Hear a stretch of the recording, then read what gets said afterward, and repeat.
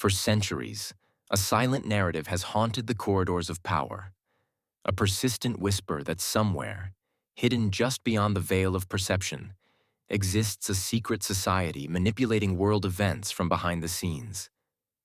You know the name, the Illuminati. But what if this name, so often reduced to satire or dismissed as myth, hides a reality far more complex and disturbing than we've been led to believe?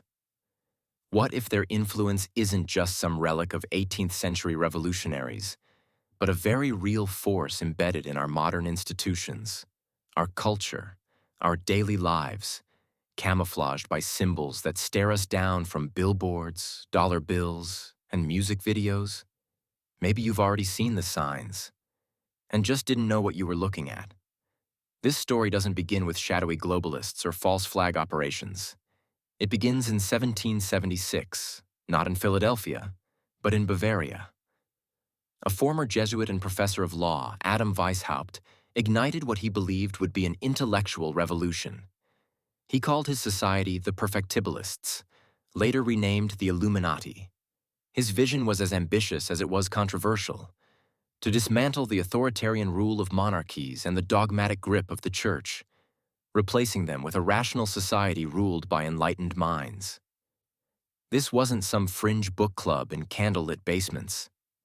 Weishaupt sought to recruit Europe's elite, young nobles, philosophers, academics, often embedding his disciples within Freemason lodges to quietly spread the group's radical ideals. They operated under strict secrecy, with a complex hierarchy, coded identities, and an internal surveillance system that demanded unwavering loyalty. Their emblem, the Owl of Minerva, sacred to the Roman goddess of wisdom, symbolized their nocturnal watchfulness and philosophical superiority. But despite rapid growth and infiltration into powerful circles, their flame appeared to be extinguished swiftly. By 1787, the Bavarian government banned the society, forced Weishaupt into exile, and seized their writings. Officially, the Illuminati were dismantled. But unofficially, that's where the real mystery begins. Because the most powerful legends are born not from success, but from disappearance. In the wake of the French Revolution, a bloody, chaotic upheaval that shattered monarchies and reordered Europe, intellectuals and religious figures searched desperately for an explanation. Enter John Robison, a Scottish physicist, and Abbé Augustin Baruel, a former Jesuit, both of whom accused the Illuminati of surviving the crackdown and masterminding the revolution from the shadows. According to their writings, the Illuminati hadn't been destroyed. They had simply gone deeper underground, merging with Freemasonry and rebranding as puppet masters of chaos. This theory wasn't fringe at the time.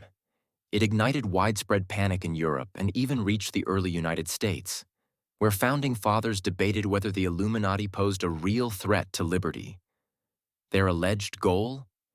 A global upheaval that would destroy the old order, church, state, nationhood, and build in its place a singular, centralized power. Sound familiar? That ancient fear has only grown in complexity, because the story of the Illuminati didn't fade. It metastasized. The idea of a hidden elite shaping world events evolved into the modern theory of the New World Order, a clandestine agenda allegedly orchestrated by a global ruling class. This cabal, believers claim, controls everything: governments, central banks, mass media, and even world conflicts. Wars, they argue, are not chaotic geopolitical eruptions, but strategic instruments used by these elites to redraw borders, consolidate power, and reset economies. The Great Depression? The financial crash of 2008? Not organic collapses, but engineered implosions designed to increase public dependence on centralized systems. The formation of international institutions like the United Nations, the International Monetary Fund, and the European Union? Seen by many as Trojan horses for eroding national sovereignty and ushering in a one-world government. And in the 21st century, the theory has only grown darker.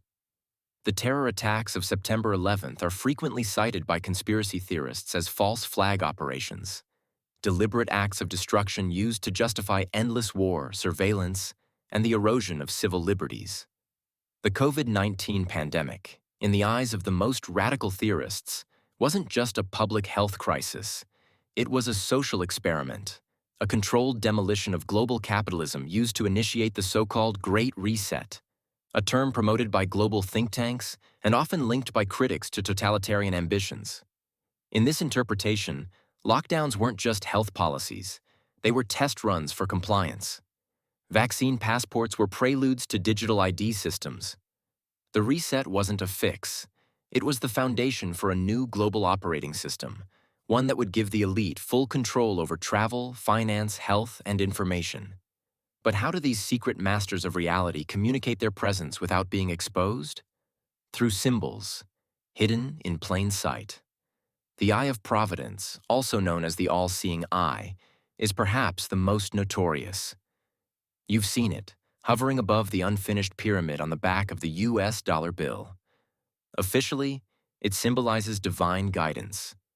Historically, it's tied to Masonic iconography. But conspiracy theorists argue it's a brazen signature of the Illuminati, a reminder that the hidden elite see everything and that their project, like the pyramid, is unfinished but inevitable. The pyramid itself is said to represent the hierarchical structure of global control. The many at the bottom, the elite few at the top, and the capstone, the ruling class, yet to be placed, signaling that their new world order is still under construction. Then there's the Owl of Minerva, the ancient symbol of knowledge and secrecy. Its modern appearances, whether on government architecture, corporate logos, or elite gatherings like the Bohemian Grove, are interpreted as signals of continued allegiance to the Enlightenment-era Illuminati ideals. Other clues are more subtle. The repeated use of the number 13 in national seals, architectural obelisks in major cities, and even the black and white checkerboard patterns seen in elite buildings and ceremonial stages. To the average observer, these may seem meaningless, but to the initiated, they represent ancient occult knowledge, dualistic power structures, and the foundational tenet of the Illuminati motto, Ordo ab chao, order out of chaos. Perhaps the most disturbing layer of the modern Illuminati conspiracy is its alleged infiltration of pop culture. Look closely, they say, at your favorite music videos, blockbuster films, and celebrity social media posts. Repeated themes emerge. Artists covering one eye, hands forming triangle shapes, lyrics and imagery referencing fire, rebirth, or hidden knowledge. Some of the most famous names in the entertainment world are accused of being not just complicit, but high-ranking members of the Illuminati, placed in positions of fame to distract, influence, and condition the masses. Award shows become rituals, music videos, hypnotic spells, and every viral image, every cryptic post is read as a signal. We are here. We control the narrative. What makes the Illuminati conspiracy so enduring is not just the narrative itself, but its emotional gravity. In a chaotic world full of uncertainty, where governments contradict themselves, corporations grow ever more powerful, and technology seems to outpace human ethics, the idea that someone, somewhere, is in control becomes perversely comforting. It offers a framework, a blueprint. It tells us there is a reason for the madness, even if that reason is sinister. The lack of concrete evidence doesn't debunk the theory, it strengthens it. If no one can prove the Illuminati exists, that only confirms how good they are at hiding. So the next time you see that eye on a dollar bill, or a celebrity covers one eye during a performance, or a politician stands before a checkerboard floor flanked by obelisks, ask yourself, is it just coincidence, or is it coded communication? Are we witnessing mere symbolism, or are we staring into the veiled architecture of global power? Maybe the world isn't as random as it seems. Maybe we're just not meant to understand it. But once you start looking, really looking, it's hard not to wonder who's watching from the shadows, who's really in control, and is the truth hiding in plain sight, just waiting for someone to finally see it?